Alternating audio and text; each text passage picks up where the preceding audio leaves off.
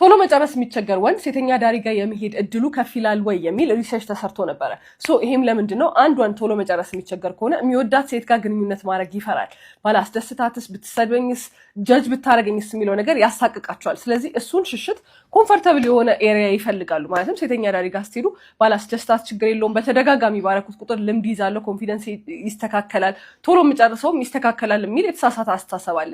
ሴተኛ ዳሪ ደረጃ እንኳን ባይደርስ ብዙ ሴቶች የተለያዩ ሴቶችን በመቀየር ከነሱ ጋር ግንኙነት በማድረግ ቶሎ መጨረሱ ይስተካከላል የሚል የተሳሳተ አስተሳሰብ አለ።